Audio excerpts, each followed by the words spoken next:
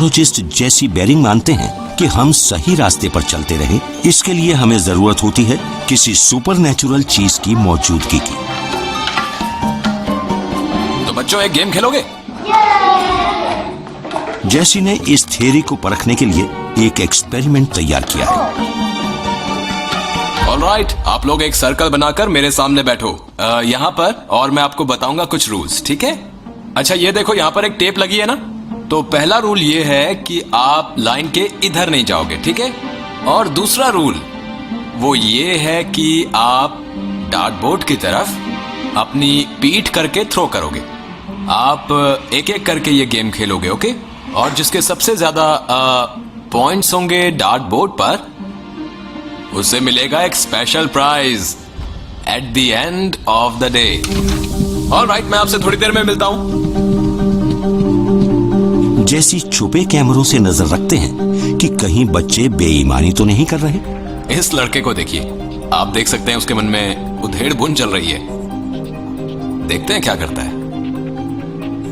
एक 6 साल के बच्चे को ऐसा करने पर आप उसे ब्लेम नहीं कर सकते। उसे प्राइज चाहिए और उसे लगता है उसे कोई नहीं देख रहा। यानी ये एक नॉर्मल चाइल्ड रिस्पॉन्स है। अब ये बच्ची, देखिए, इसने भी लाइन क्रॉस कर दी। और देखिए कितनी सारी बॉल्स लगा दी हैं बोर्ड पर। और अब देख रहे हैं कि कोई उसे ये सब करते हुए देख तो नहीं रहा है। उनको लगता है कि वो रूम में अकेले हैं। तो अगर ऐसे में वो अगर चीटिंग कर सकते हैं तो क्यों ना करें? लेकिन अगर कोई देख रहा हो तो? जैसी यही एक्सपेरिमेंट बच्चों के एक नए ग्रुप और एक इनविजिबल सुपरनैचुरल चीज के साथ करते हैं।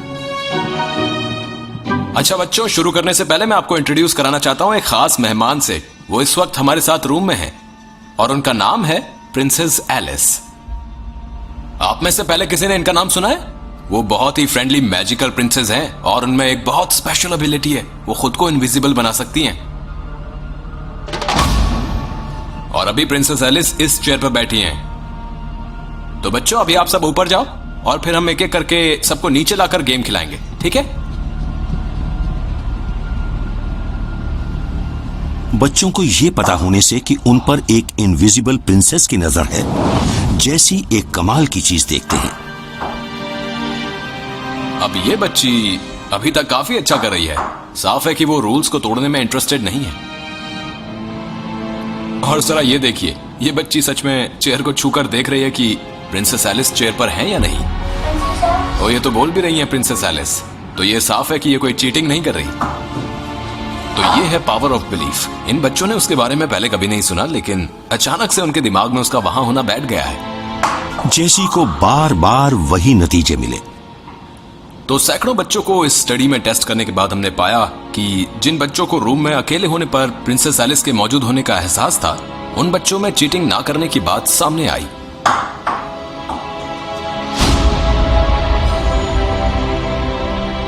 प्रिंसेस के होने का एहसास वही कर रहा था जो सुपरनैचुरल एजेंट या गॉड किसी सोसाइटी में करता है।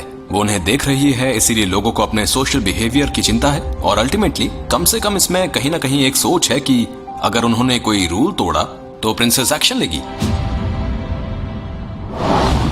जैसी की रिसर्च बताती है कि हमें ये यकीन करने की जरूरत है कि हमें कोई देख रहा है, कि हम सिर्फ अपने बारे में ही ना सोचें ताकि बुराई काबू में रहे।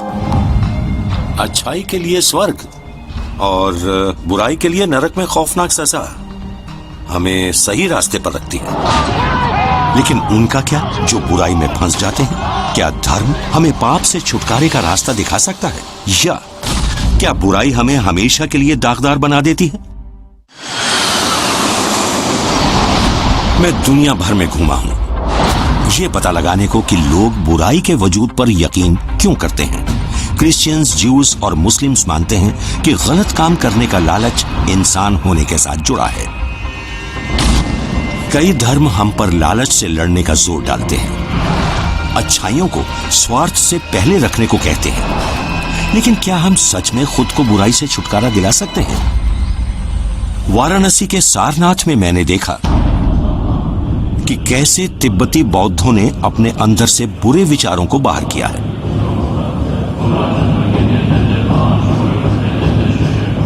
यहाँ वज्र विद्या मोनेस्ट्री में लामा रोजाना मंत्र जाप की रस्म में भाग लेते हैं। संगीत उनके दिमाग को समाधि की अवस्था में पहुंचा देता है। बौद्ध मानते हैं कि बुरा करने की इच्छा हमारे दिमाग में काम करने के तरीके को न जानने से पैदा होती है। ये रस्म इन नौजवान लामाओं की ये पता लगाने में मदद करती है कि बुरे ख्याल आते कहां से हैं, जिससे वो उसकी वजह समझ सकें और उनको दूर कर सकें। लेकिन हर कोई अपने अंदर के शैतानों से लड़ना नहीं चाहता। ऐसे बहुत से लोग हैं जो बुरे काम करने पर तुले हैं। क्या उनको बदलने का कोई तरीका है? मैं न्यूरो साइंटिस्ट केंट से दोबारा मिल रहा हूं, जो साइकोपैथ्स पर स्टडी कर रहे हैं। मैं जानना चाहता हूं कि क्या उनके ब्रेन स्कैन्स हमें बुराई से लड़ने का कोई रास्ता बता सकते हैं। हम हमेशा बुराई को उसकी उसी शक्ल में मान लेते हैं, बस ये कि इसके बारे में हम कुछ कर नहीं सकते। लेकिन क्या इन ब्रेन स्कैन्स को इस्तेमाल करके कुछ नौजवानों को इस रास्ते पर बढ़ने से रोका जा सकता है? आई थिंक रोका जा सकता है। जब हम दिमाग के सिस्टम्स को देखते हैं जो उन लोगों के अलग होते हैं जो ये घिनौने जुर्म करते हैं, तो ये हमें एक मौका देता है उसका इलाज तैयार करने का। ये ऐसा है जैसे अगर मेरे हाथ पर चोट लगने से मेरी ये मसल कमजोर हो जाती है, जैसे दिमाग के ये कुछ एरियाज कमजोर हैं, तो शायद मैं कोई ट्रीटमेंट प्रोग्राम डेवलप कर पाऊं जो उस कमजोरी का इलाज कर दे और उसे ठीक कर दे। अंदाजन किस एज रेंज में आपके हिसाब से एक एक्सपर्ट के नाते इस पर नजर रखना शुरू करना चाहिए? देखिए, अमेरिका में Sandy Hook elementary school shooting पर काम करते हुए जिन पेरेंट्स ने उसमें अपने बच्चे गंवाए थे, उन्होंने ये स्टडी करने को कहा था। हमने जिन बच्चों के दिमाग स्टडी किए थे जिन्होंने दूसरे लोगों की जान ली थी, उनके मुकाबले उन बच्चों के दिमागों की स्टडी करनी थी जो जेल में थे, जिन्होंने किसी को मारा नहीं था। और जांच करते वक्त मैं इतना श्योर नहीं था कि हमें रिजल्ट इतना अलग दिखेगा। टेम्पोरल लोब्स के कुछ एरियाज यानी दिमाग के इमोशनल एरियाज अंडर डेवलप्ड थे, उनकी नॉर्मल डेवलपमेंट नहीं हुई थी। तो जब आप बोलते हैं बच्चों, तो आप किस उम्र की? 14, 15, 16 जी। तो इस उम्र के बच्चों के साथ हम काम कर रहे हैं। अनफॉर्चुनेटली उन बच्चों ने 16 लोगों की जान ली थी। आज न्यूरोसाइंस करीब 10, 11, 12 को देख रही है। हम प्रॉब्लम्स वाले बच्चों को पहचान कर अलग कर सकते हैं उन बच्चों के मुकाबले जो बस तोड़फोड़ मचाते हैं और आगे चलकर सुधर सकते हैं। शायद साइंस उनको पहचानने में मदद कर सके जिनके बुराई करने के ज्यादा आसार हैं। लेकिन बुराई भरी जिंदगी को पीठ कैसे दिखाई जाए?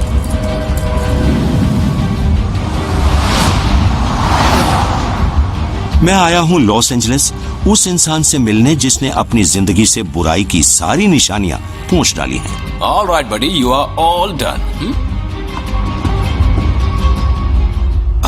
मुझे मिलना है ब्रायन से, ब्रायन वाइटनर।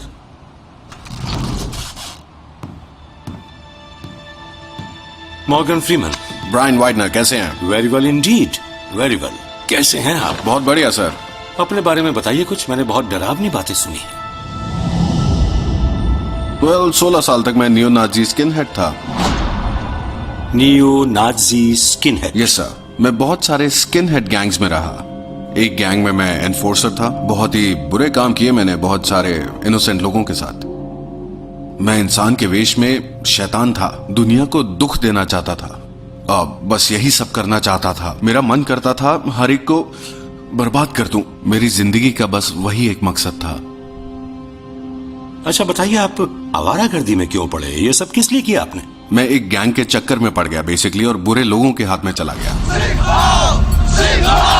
मैं 14 साल का था और सड़कों पर आवारा फिरता था। इन लोगों ने मुझे रहने की जगह दी, मुझे बियर पिलाई, मुझे अपनापन दिया और एक उम्मीद दी। वहां करीब 10 साल रहने के बाद मुझे समझ आया कि ये एक सब कल्चर है बिगड़े लोगों का। मुझे समझ आया कि मैं किसी से सुपीरियर नहीं हूं।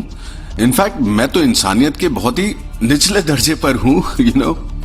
ओके, तो आपको 10 साल हो गए दौड़ते हुए इन लोगों के साथ, और फिर आपको इसका एहसास हुआ और आप बदल गए। थोड़ा इसके बारे में बताइए।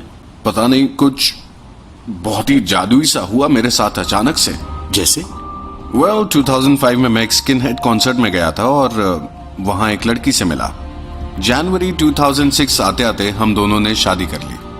फरवरी में वो प्रेग्नेंट हो गई। मुझे अब खुद पर ध्यान देना था कि मैं अपने साथ क्या कर रहा हूँ। मैं दुनिया में एक बच्चे को ला रहा था, तो मैंने उनको कहा कि अब मैं ये सब और नहीं कर सकता, मुझे अपने बेटे की देखभाल करनी है। तो उस दौरान मैंने खुद के अंदर बदलाव किया। इसके साथ साथ एक्चुअली बाहर से फिजिकली बदलाव कराने पड़े। कैसे बदलाव? दिखाता हूँ आपको। ऐसा दिखता था मैं। मेरी पूरी गर्दन पर टैटूज थे, मेरे चेहरे पर टैटूज थे, मैं उनका हिस्सा दिखता था। बाहर से मैं न्यू नाजी ही दिखता था, पर उसे मिटा नहीं पाया, लेकिन मैं अंदर से बदल चुका था। मैंने एक सदर्न पॉवर्टी लॉ सेंटर से कांटेक्ट किया। उन्होंने मुझे उस जगह भेजा जहां मैं अपने चेहरे से ये सारे टैटूज हटा पाया। आप मुझे बता सकते हैं कि उस वक्त कैसा लगता था अंदर से, बुराई के लिहाज से? मेरा मतलब है कि अगर मैं पलट कर देखूं तो मुझे कोई पछतावा नहीं था। मैं बॉर्डरलाइन सोशियोपैथ था, कोई फीलिंग्स नहीं थी। मन करता था दुनिया को दुख दूं। जब मैं टैटूज हटाने की प्रोसेस से गुजर रहा था तो मुझे गॉड मिले। उससे पहले मैं एक पेगन था और मेरी लाइफ में हमेशा अंधेरा था। मेरी सोल पर एक बहुत बड़ा बोझ था, अगर मैं कहूं। मुझे उसका नाम नहीं पता था, ना ही उसका रिलीजन पता था। यूनिवर्स में एक गॉडली प्रेजेंस है और उसी ने मेरे सामने खुद को जाहिर किया। ये समझने में मेरी मदद की कि हम सब में अच्छा और बुरा होता है। और आज मेरा मकसद है कि जब मैं इस दुनिया से जाऊं तो इसे उससे बेहतर बना के जाऊं जैसी ये मुझे मिली थी। अच्छा इंसान बनने की कोशिश करूं, बस इतना ही कर सकता हूं और ये काफी है। हमें कभी कभी लगता है कि बुराई है, वो मौजूद है और कोई उम्मीद नहीं है, लेकिन आप एक उम्मीद हैं दुनिया के लिए।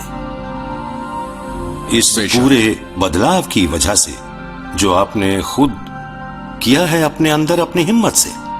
एब्सोल्युटली। और आपके लिए खुद को बदल लेना इस हद तक ये बहुत बहुत हौसला देता है। तो बेहद खुशी हुई आपसे बात करके। Thank you. वेल, एक बात बतानी है आपको जो मैंने नोटिस की है। You are a good looking man. Well, thank you. So are you, by the way. High five.